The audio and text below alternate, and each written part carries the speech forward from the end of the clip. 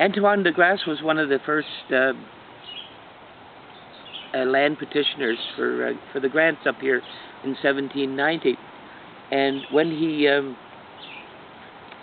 finally got his grant and he settled up here, he was the only one that was literate of them all. So he was used. He was not used, but he was the scribe for the community. He wrote the wills and different things that had to be in writing. Now Antoine DeGrasse himself was Spanish.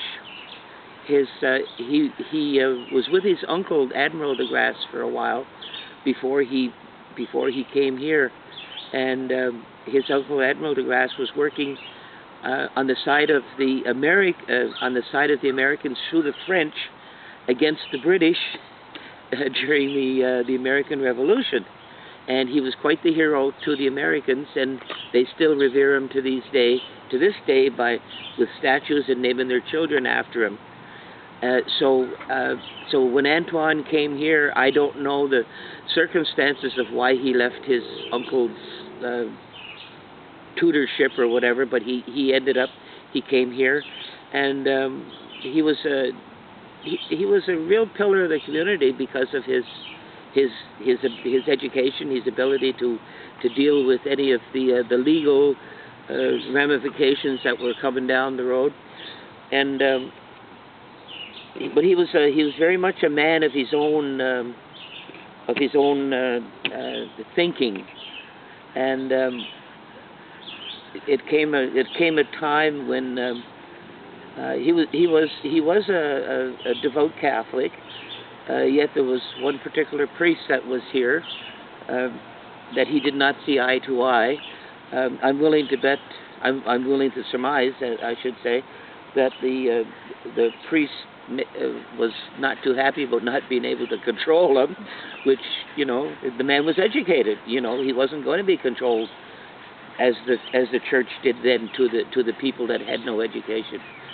So anyway, each year, of course, what was known then is right up until the later years here, it was known as around at Easter time, you had to do your Easter duties.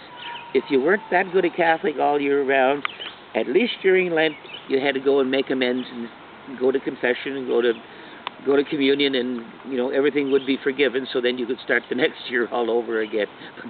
I'm only making a joke about that, but seriously, it was considered at the time a very serious sin not to make your Easter duties.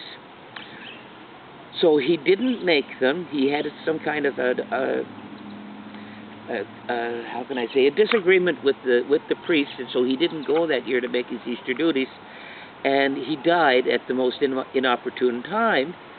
So the priest, instead of looking at him as being a man who was good all his life, the priest just took that little segment of his time on earth and said he wasn't worthy to be buried in the graveyard, in the sacred graveyard, the sacred ground.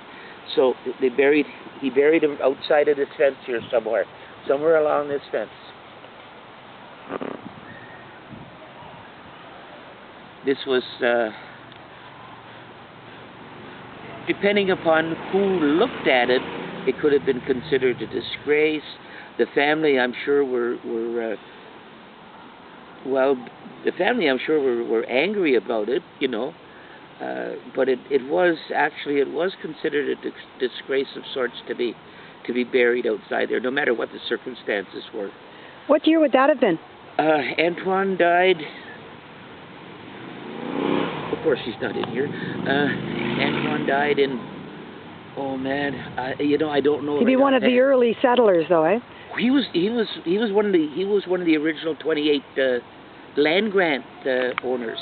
Okay. In 1807. Yeah. Okay. Another interesting story from the Holy Family Parish Cemetery. By yours truly. Patsy Hennessy.